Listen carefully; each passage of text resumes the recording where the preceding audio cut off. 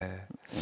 자, 이거 추석 연휴 지나면서 국제 정세도 그렇고 국내 민심도 그렇고 좀 음. 뭔가 변화, 격변이 일어날 것 같다 그런 느낌이 들어요. 특히 이제 그렇습니다. 초반에 언급하신 강서구청장 보궐선거 그 결과 음. 이게 어떻게 나냐에 따라서 물론 민주당도 그렇지만 네. 국민의힘도 상당한 파열음을 낼 것 같다 이런 생각이 듭니다.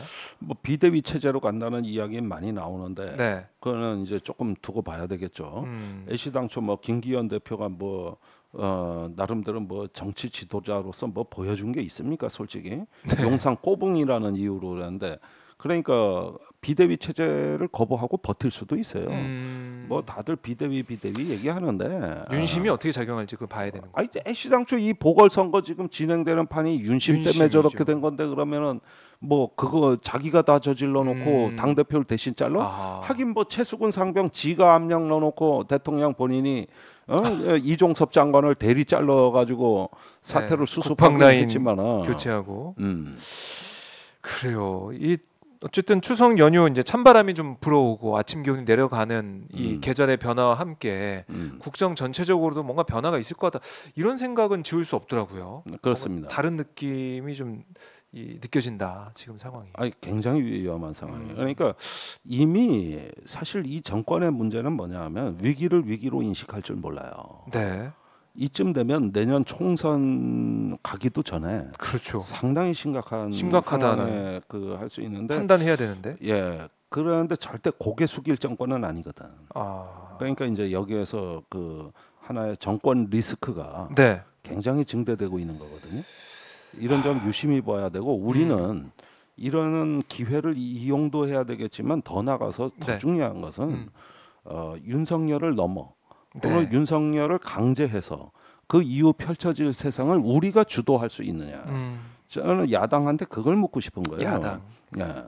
야당이 정신 차리고 투쟁은 소극적 투쟁이 있고 적극적 투쟁이 있어요. 네. 소극적 투쟁은 반대하고 끌어내리는 투쟁이고 아. 적극적 투쟁은 그 이유를 주도하는 거거든요. 예. 예, 자유도 적극적 자유가 있고 소극적 자유가 있는 겁니다. 소극적 자유는 무엇으로부터의 자유. 네. 후람 점점. 후람 리버티. 네. 후람 점점 리버티. 그러니까 노예가 해방이 된다든가 압제에서 시민이 해방된다든가 네. 이런 거는 소극적 자유거든요.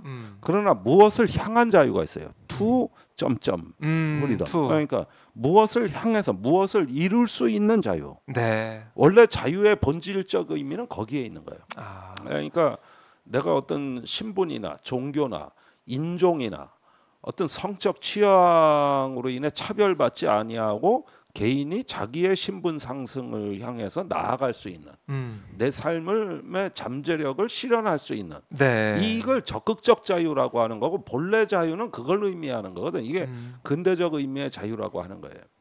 그런데 이런 어떤 자유가 아니라 오늘날의 그 왜곡된 자유주의는 냉전형 자유주의, 뭐 전체주의, 공산주의, 파시즘으로부터의 자유. 그러니까 이건 소극적 자유를 얘기하는 건데 그건 자유의 본질적 의미가 아닙니다.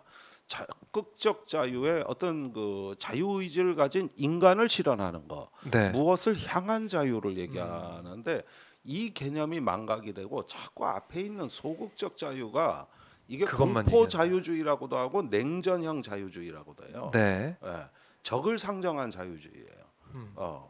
그거는 적이 사라지면 같이 무너지는 거예요.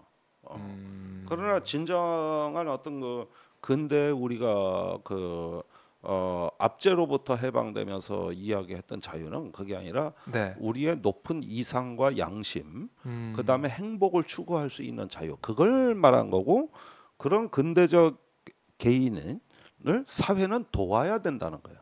사회는 그런 어떤 개인들이 꿈을 실현할 수 있도록 도와야 된다. 네. 이게 원래 자유의 본질적인 의미고 그래서 사회와 정부의 책임이 더 커요.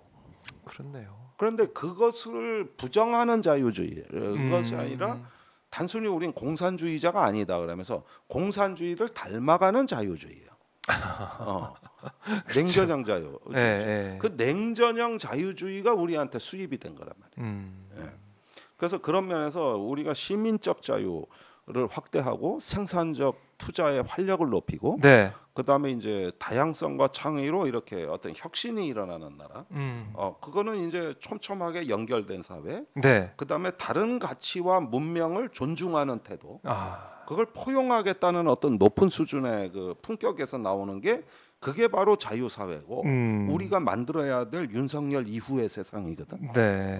이리로 이제 갈 수 있는 준비를 과연 우리는 하고 있는가?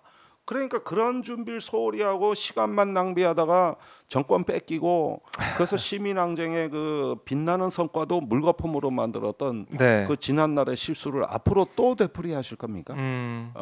우리가 이제 준비를 하고 있어야 된다. 지금은 그런 문제를 초월해서 네. 더 시급하고 긴급한 과제가 있거든요. 기후 위기입니다. 기후 위기. 예. 녹색으로 사회가 전환되는 데 있어서 이건 너무나 엄청난 이야기라서 이건 어느 한두 정당이나 권력만으로 해결되는 문제가 아니라 어떤 문명사적인 전환을 그렇죠. 지금부터 준비해 나가야 되는데 네. 이런 부분에서 우리의 지성이 너무 안일하지 않은가. 우리의 준비 정도는 대단히 못 미치지 않느냐. 네. 이런 부분이에요. 그러려면은 이제 시민들끼리 모여는 공론과 수의 교류회장이 대폭 활성화되는 말 그대로 공화정의 이제 새로운 르네상스를 열지 않으면 그 감당 못할 주제들입니다. 그 주제들이. 그러니까요. 사는 것도 힘들고 귀찮아 죽겠는데 아직 거기까지 누가 거기까지. 그러니까 너무 엄청난 거예요. 그래서 네. 이런 식의 어떤 그 진보는 말이죠. 매우 거칠고 험한 감성이에요. 안이하고 네. 편안하고 달콤한 정서가 아니에요. 그렇죠. 힘들죠. 그 길이. 그건 이제 박지원 전 국정원장은 어디 방송에 나가서 네. 비생산적 생산성이라고 그러더라고요. 아. 이게 뭐냐면은 그 온갖 너절너절 번거롭고 네. 고통스러운 과정이 그게 생산성이라고 말을 하시대. 그게 민주사회라고. 네. 일리 있는 설명이기도 한데. 예. 자, 이런 면에서 우리가 하나의 어떤 시민적 성찰에 대한 이런 것들을 지금 게을리하면은 대단히 불편한 현실. 그 윤석열보다 더한 시대도 맞이할 수 있는 겁니다. 이제 이 좁아 터진 나라에 예. 전부 다 그 자기 소득과 일자리에 극도로 집착하다 보면 네. 누가 옆에서 뭐 먹는 소리도 듣기 싫어. 사람에 대한 혐오 감정이 그러면 안 되는데요. 그러나 이게 무언가 시대를 관통하는 그 하나의 어떤 숭고함이랄까 시대 품격이 높은 정신, 위대한 정신이 그 자체로 이렇게 형이상학적으로 인식이 되는 게 아니라 비루하고 더러운 인간의 입을 통해서 구현이 된다는 걸 우리는 알아야 돼요. 우리가 어떤 사람이 아니 파티에서 방귀 뀌는 사람 좋아하겠습니까? 다 우리는 그런 어떤 그 내부에 참 은밀한 자기 치부가 다 있는 거예요. 그런 인간의 입을 통해서 비로소 구현이 되는 거기 때문에 그래서 상당히 어떤 육화된 진실, 형이상학적 진실이 아니라 육화돼 있고 우리 생활 속에서 바로 이웃에서 벌어질 수 있는 여기에 눈길을 줄 수 있는 용기가 없으면 거대한 기후 위기라든가 불평등 해소라든가 이런 어떤 그 우리가 절대 다음 세대의 어떤 무대책으로 이월하기 어려운 이 난제에 대해 가지고 책임 있는 자세를 만들어낼 수가 없다는 거. 이게 바로 우리가 처한 고통이자 불편한 진실이라는 겁니다. 오늘도 우리 교수님 말씀을 들으면서 사실은 여러 현안도 있고 그 현안 볼 때마다 짜증나고 화나고 이런 부분들이 많은데 그래서 교수님 만나서 일주일에 한번 오마이 TV에 오시면은 그래도 우리가 생각할 수 있는 시간 좀 더 크게 볼 수 있고 넓게 볼 수 있고 본질을 볼 수 있는 그런 시간을 주셔서 너무나 감사드리고요.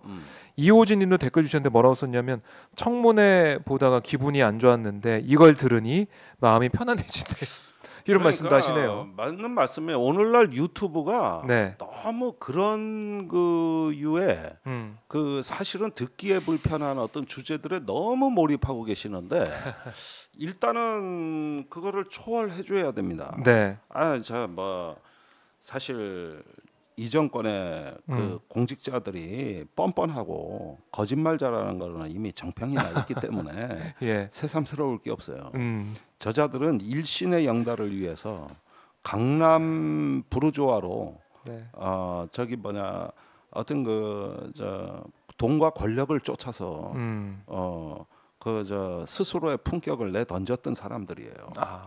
그러니까 그런 점에서 우리 아이들한테 저런 어떤 그 굴절되고 왜곡된 엘리트를 닮으라고 할 수는 없는 거죠.